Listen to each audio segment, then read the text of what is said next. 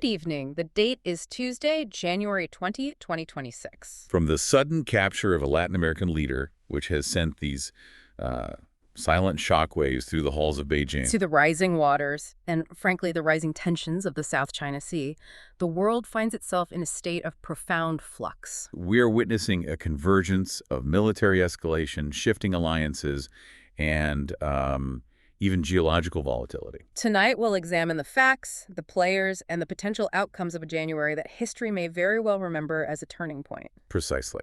And in a world this complex, clarity is really the most valuable currency. So we're here to report objectively, to analyze without bias, and to present the patterns as they emerge. But before we get into analyzing that data, we really need to acknowledge the tool that makes this level of analysis possible. Right. This deep dive is powered by Stylo News. Yes, and for our listeners who might be new to this, Stylo News isn't, just some standard aggregator. Not at all. It is the consumer interface of Stylo Intel Ops. That's software originally built for government, for military, and enterprise operations. So essentially what you're saying is we are using the same Intel Ops engine that's designed to support global decision makers to build this very briefing. That's it, exactly. It creates what we call a pattern of life analysis. It pulls from over 250 sources, mainstream news, social media, video captions, across 20 different languages. And it uses vector search plus RAG answers to answer these incredible complex queries in, under 60 seconds? That's right. It lets us see the signal in all the noise. Okay, so using that intelligence stack, let's get into the briefing. We have a lot to cover. Beep. We're looking at a domino effect starting in Venezuela, rippling all the way through Taiwan, and landing, squarely in the South China Sea. And we can't ignore the ground beneath our feet, literally. We have some significant seismic data to cover a little later on. Okay, let's unpack this.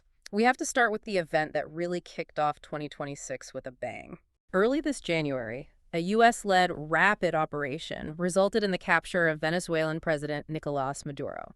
Now, we aren't here to debate the politics of that operation, nor are we taking a stance on its justification. No, we were looking purely at the geopolitical aftershocks. Because, and here's where it gets really interesting, the loudest silence following this event came from Beijing. That is the key observation. Venezuela has been a strategic partner for China in Latin America for, nearly 2 decades? A foothold, really. A real foothold involving significant loans, infrastructure projects. You would expect a furious, very public response to the removal of such a key ally. Of course.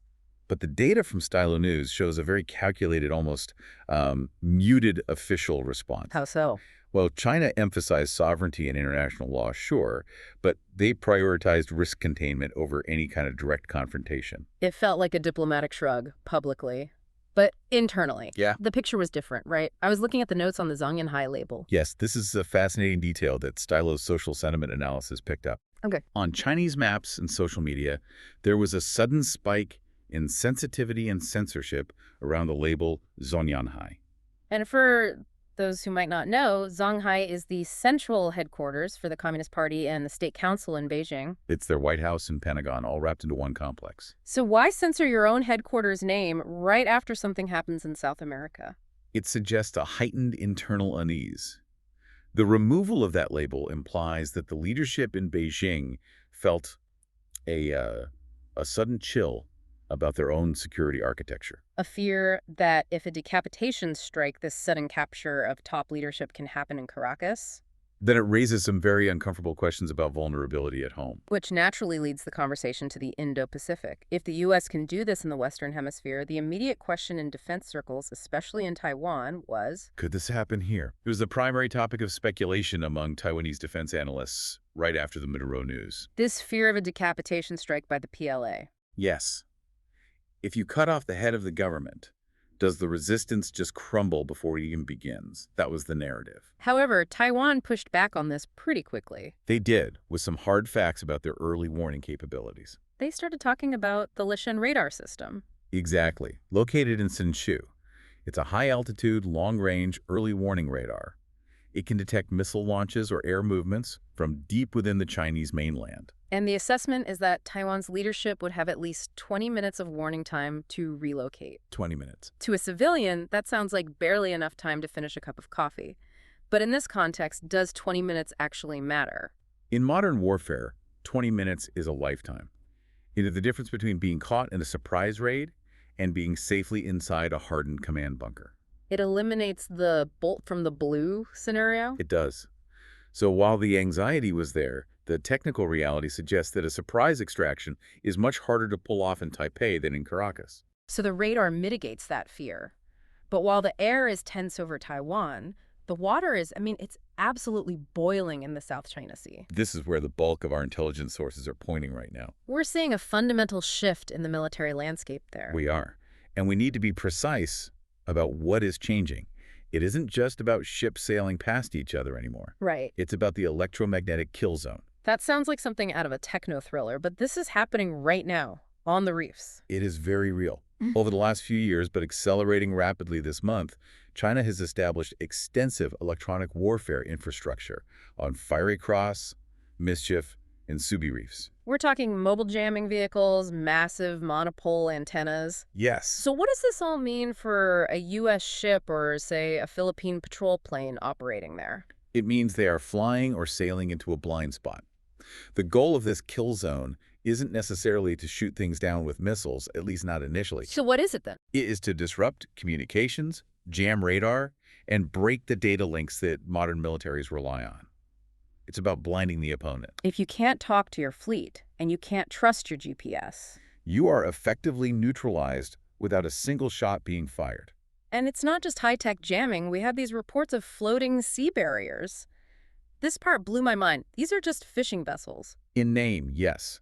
In function, they operate as a maritime militia. A militia? We have reports of thousands of these vessels mobilizing to form physical barriers. They extend over 320 kilometers in the East and South China Seas. Just linking up to block access? And harass rival claimants and occupy territory without technically using warships. It's a classic gray zone tactic. Exactly. Military objectives achieved through ostensibly civilian means. It puts the U.S. and its allies in a very difficult position. Do you open fire on a fishing boat?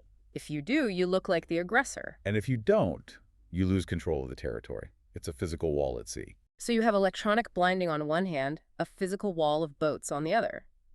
How are the U.S. and its allies responding to this squeeze? Well, they're responding with visibility and with dispersal. On the visibility front, the USS Abraham Lincoln Carrier Strike Group has been conducting live fire drills. A very loud, very visible message of readiness. For sure. But the more strategic move is what's happening on the islands. The rehabilitation of the World War II airfields. Yes. The U.S. is pouring resources into bringing old airfields back online in Tinian, Saipan, and Palau. Tinian. For the history buffs listening, that's where the Enola Gay launched from in 1945. The very same. The strategy is called agile combat employment. If you concentrate all your air power on one big base like Guam, it's an easy target. A single point of failure. Right. But if you can disperse your jets across dozens of small, rugged airfields all over the Pacific, you become much harder to knock out. You spread the risk. And it seems like the local populations are picking sides, too. I saw a poll from the Philippines dated December 2025. The numbers were, well, they were stark. It's very stark. 82% of Filipinos express trust in the United States. 64% trust Japan. And trust in China regarding the South China Sea. Down to 11%. This public sentiment is driving political action, which brings us to the diplomatic maneuvering we saw just days ago. The Japan-Philippines Defense Pact. This feels like a historic shift for Japan, doesn't it? It's a profound shift. We saw Japanese Foreign Minister Motegi and Philippine Foreign Secretary Lazaro sign the Acquisition and Cross-Servicing Agreement, or ACSA, in Manila. Acquisition and cross-servicing sounds a bit dry, almost bureaucratic. Yeah. But in practice, what does this let them do?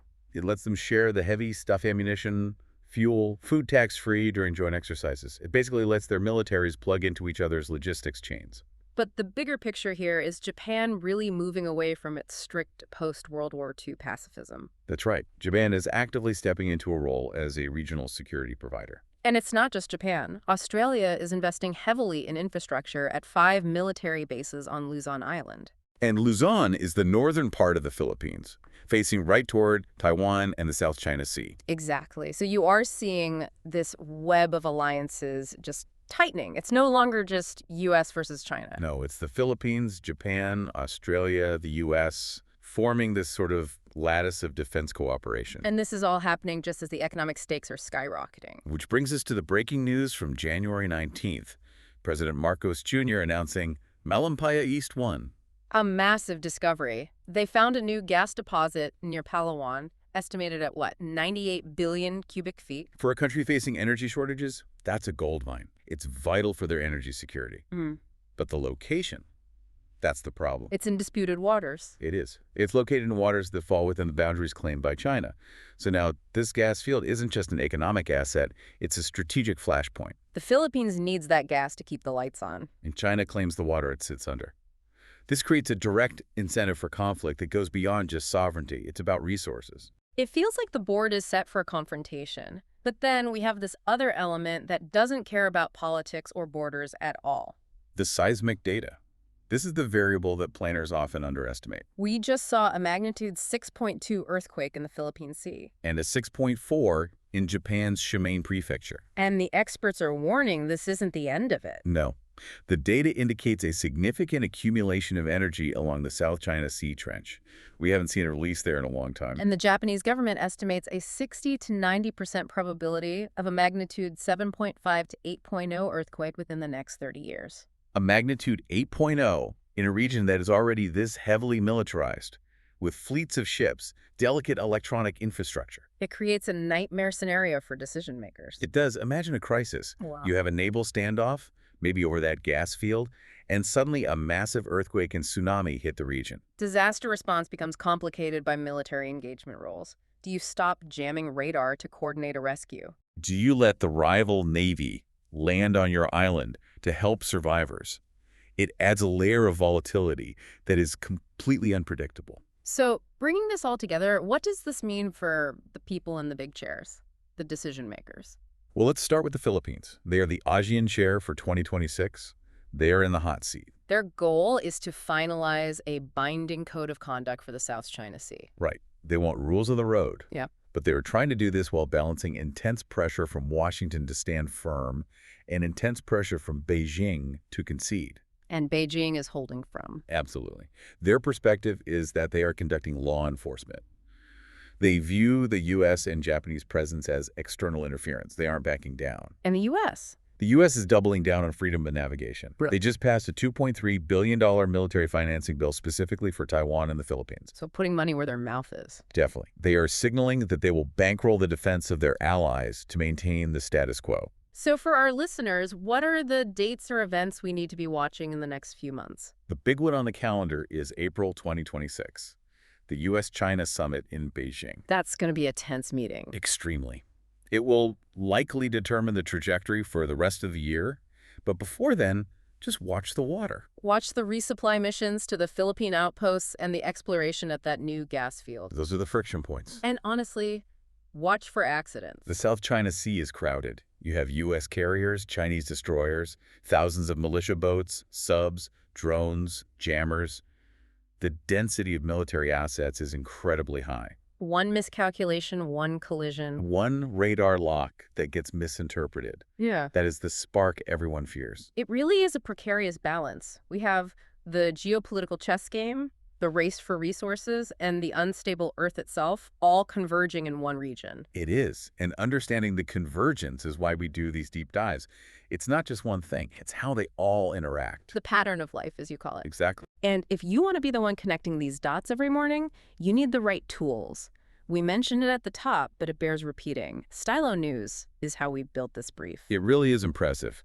You can download the app on your mobile or your computer. And it allows you to create your own personal intelligence style briefs. You can set up strategic watch lists, just like we did for the South China Sea. And the location AI bot is a game changer. You can click on a location and just get a pattern of life analysis instantly. So if you want to know what's happening in Palawan or Caracas right now, Stylo pulls it from hundreds of sources. It's democratizing intelligence. You can get AI-powered news on demand at stylonews.com. So check that out. We want to thank you for listening to this deep dive. It's a heavy topic, we know, but staying informed is the best way to navigate a changing world. Absolutely. And we'd love to hear from you. What deep dive topics should we cover next? The world is a big place, and there's always more to learn. Let us know on social media. Follow Stylo News there as well. Until next time, stay curious and keep asking questions. Goodbye, everyone. Good night.